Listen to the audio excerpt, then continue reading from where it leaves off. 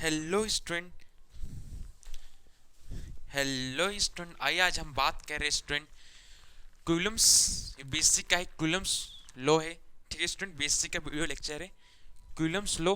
साथ ही साथ हम बात करेंगे electric field and continuous charge distribution में। ठीक है स्टूडेंट, आज का टॉपिक है कूलम्स लॉ। ठीक है, कूलम्स लॉ स्पेलिंग। हाँ चलिए ठीक है। देखिए कूलम्स लॉ क्या कहता है, अगर सपोज कीजिए एक्स वाई जेड है। ठीक है, यहाँ क्या है, एक चार्ज है। ठीक है, और यहाँ पर क्या है, एक टेस्ट चार्ज है। ठीक है,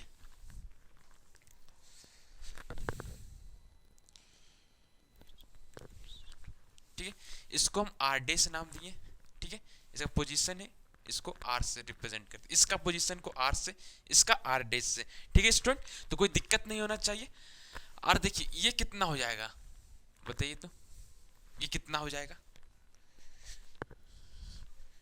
ठीक है, देखिए इसको रेट में लिखते हैं, ये ऐसा लिख इक्वल टू होगा आर माइनस आर डेस। ठीक है स्टूडेंट, आर माइनस आर डेस। ठीक है स्टूडेंट, तो कूलम्स लॉ क्या कहता है कि जो इन दोनों के बीच में जो फोर्स होगा स्टूडेंट, इन दोनों के बीच में देखिए ये जो चार्ज है, ठीक है, अरे क्या है, ये पॉइंट, ये टेस्ट चार्ज है। ठीक है, अरे ये पॉइंट चार्ज है। ठीक है, तो फोर्स कितना होगा, Q1 Q, और ये वाला आर स्क्वायर, इसको रेट से ही लिखते चलिए आपको समझ में आए। ठीक है, और इनका डायरेक्शन क्या होगा, देखिए यहां से यहां तक कौन सा लाइन, ये लाइन जो ज्वाइन कर रहा है, ये लाइन ज्वाइन कर रहा है। ठीक है, तो इस डायरेक्शन में एक यूनिट वेक्टर है जिसका नाम है आर कैप। ठीक है, इसी डायरेक्शन में देखिए ये लाइन, रेड लाइन ज्वाइन कर रहा है दोनों को, तो इसी डायरेक्शन में एक यूनिट वेक्टर है। ठीक है, तो जो फोर्स होगा दोनों के बीच हुआ इतना होगा स्टूडेंट, या ये कूलम्स लॉ। ठीक है,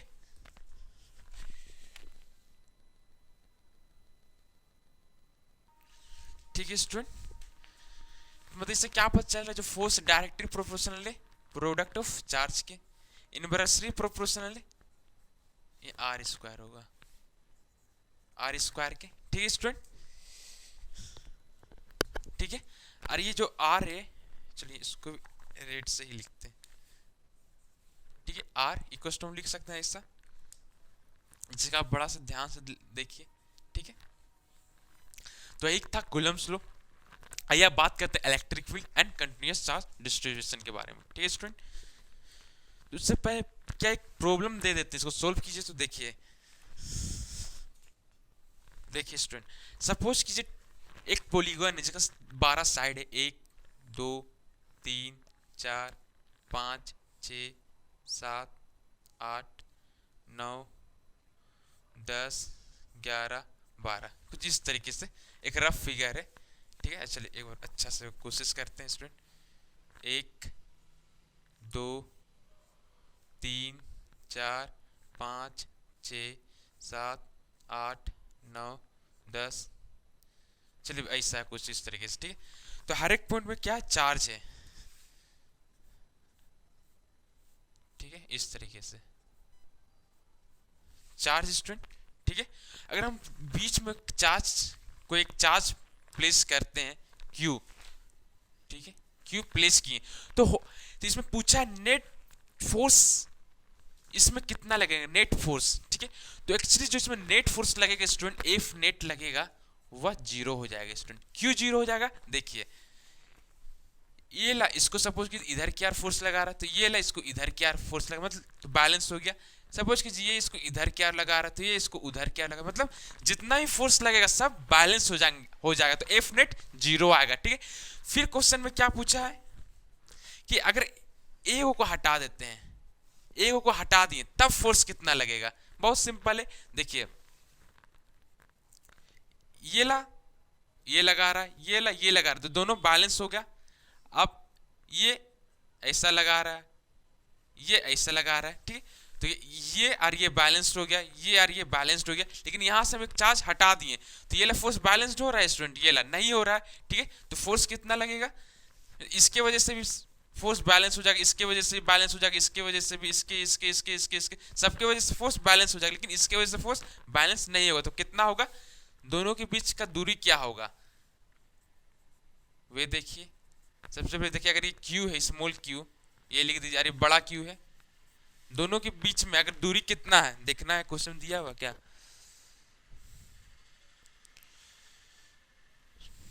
ठीक है, अगर जो भी दूरी होगा स्टूडेंट उसको ऐसा लिख दीजिए। ठीक है, तो इतना फोर्स लगेगा।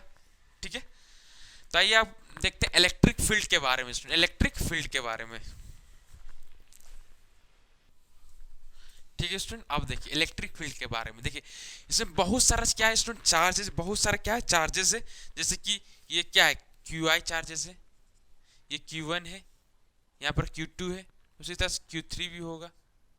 ठीक है, तो सबसे पहले Q1 पे फोकस कीजिए, इस पे पोजीशन देखिए R डैश है और ये R है। ठीक है, और यहाँ से यहाँ तक दूरी मतलब आर आई क्या है, देखिए आर आई, ये क्या है, आर आई है, ये आर है, ये क्या है, देखिए ये फिर से आर डैश, ये आर है। ठीक है, ओ ये सपोज कीजिए आर डैश से ये आर है। ठीक है, तो अभी हम पढ़ा है ये आर आई किसके बराबर होगा, इसके बराबर, अभी देखिए थे कूलम्स लॉ में। ठीक है, जिसमें क्या है, बहुत सारा चार्ज है, यू हैव सेवरल, बहुत सारा पॉइंट चार्ज है। ठीक है, जैसे Q1 है, Q2 डॉट डॉट Qn तक है, और सबका डिस्टेंस क्या है, देखिए इसका ये डिस्टेंस, हर एक डिस्टेंस, जैसे Q1 का जो डिस्टेंस है यहाँ से R1 है, Q2 का R2 है, Qn का Rn है। ठीक है, फ्रॉम, ठीक है,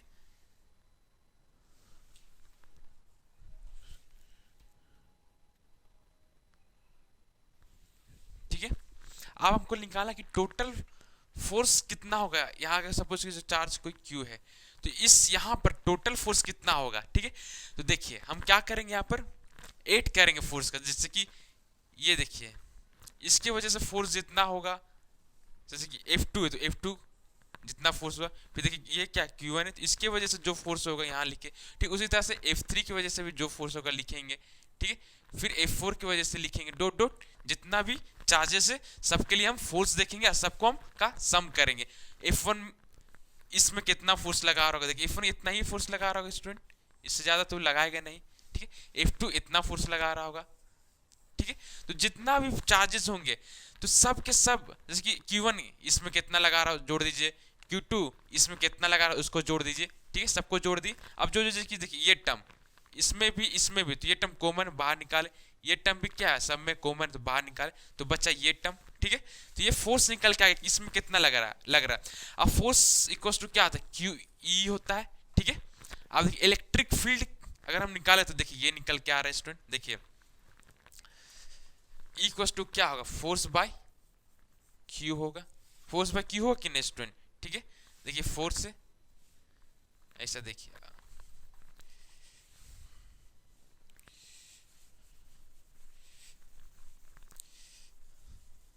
मैं कह रहा देखिए फोर्स बाय क्यू, तो ये फोर्स है, बाय क्यू कर दीजिए।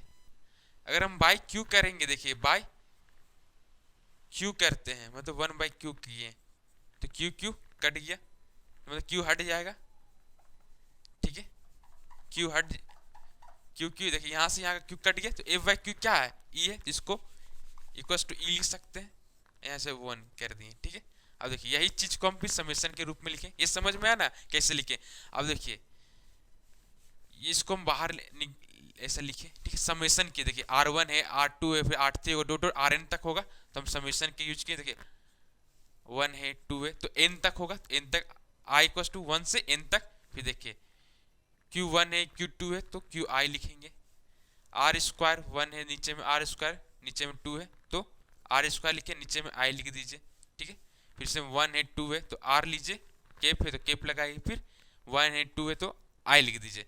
ये इलेक्ट्रिक फील्ड है, जब हम मतलब यही इसी चीज को हम समेशन के रूप में लिखें तो ठीक है। तो इलेक्ट्रिक फील्ड कितना निकल के आ रहा है स्टूडेंट, इतना निकल के आ रहा है। ठीक है, और इलेक्ट्रिक फील्ड का कॉन्सेप्ट देखिए ऐसा, जैसे कि हम लोग पहले कैसा देखते थे, पहले ईथर के बारे में आप लोग पढ़े ही होंगे कि पहले ऐसा माना जाता था कि स्पेस में क्या ईथर है, ठीक है। उसी तरह से क्या होता है कि अगर कोई इलेक्ट्रिक फील्ड है, ठीक है, पहले माना जाता था स्पेस में ईथर, उसी तरह से अगर कोई चार्जेज है तो स्पेस में क्या होता है, इलेक्ट्रिक फील्ड होता है, जैसे ईथर की जैसा।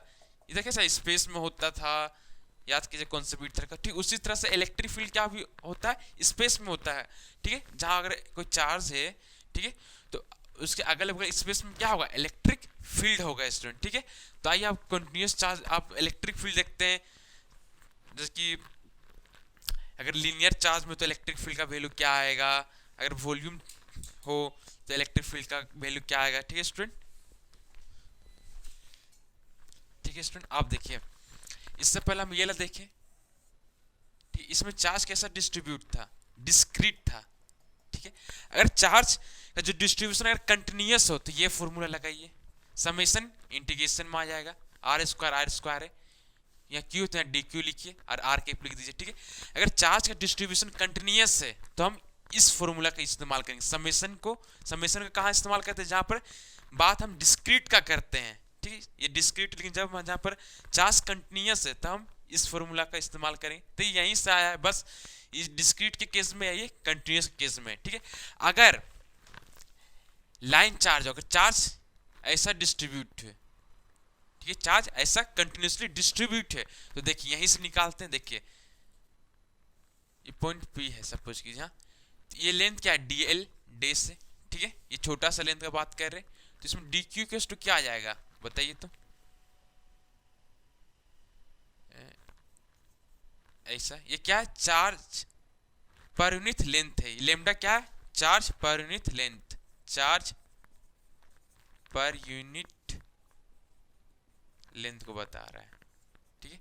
तो यहां से यहां तक मतलब ये छोटा सा में चार्ज कितना होगा, इतना होगा। देखिए इलेक्ट्रिक फील्ड का फॉर्मूला ऐसा आ रहा है,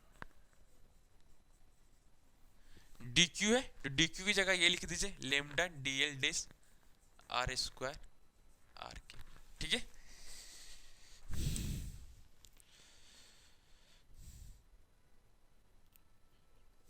ठीक है, आप देखिए अगर एक क्या सरफेस है, यहां पर क्या है चार्ज, यहां पर देखिए इसके लिए देखिए डी क्यू किसके बराबर होगा, देखिए आई थिंक,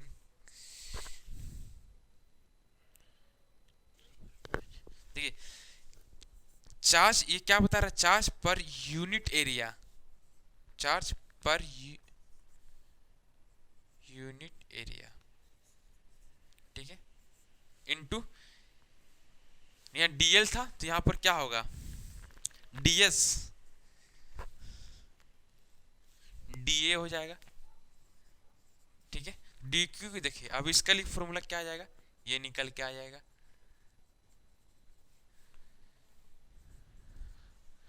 हर चीज सेम, ठीक है, कोई दिक्कत है स्टूडेंट। अब ठीक उसी तरह से अगर कोई वॉल्यूम में है,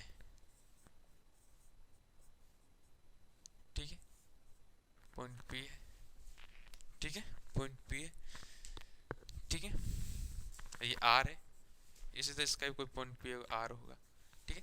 अब हमसे पूछा जाए इलेक्ट्रिक फील्ड क्या होगा, इलेक्ट्रिक फील्ड क्या होगा, तो देखिए इसके लिए देखिए डी क्यू कितना होगा, charge per unit volume, charge per unit volume ये है, ठीक है, आर डी टाउ, ठीक है। एक यूनिट वॉल्यूम देखिए क्या बता रही है, charge per unit volume, per unit volume into D tau कर दीजिए, ठीक है। तो ये डी क्यू का वैल्यू निकल के आ जाएगा, डी टाउ देखिए इसका वॉल्यूम है इस छोटा डब्बा का, ठीक है। तो इलेक्ट्रिक फील्ड क्या आएगा,